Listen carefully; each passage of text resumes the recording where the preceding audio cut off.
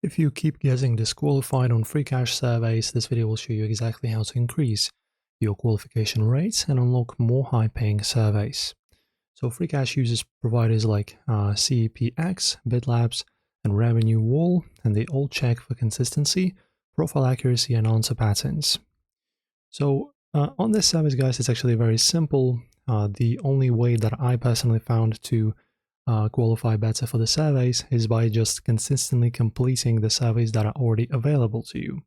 So for example, I have just registered for the account, it's completely fresh, and I have these 3 surveys available.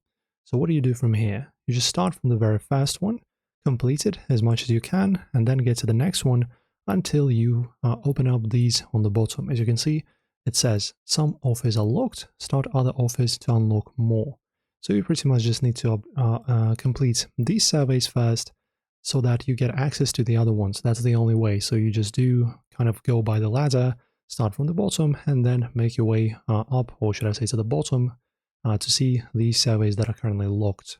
So once again, just go ahead and complete these first as much as you can, maybe earn, and then withdraw the funds, which you do in here in the cash out, right?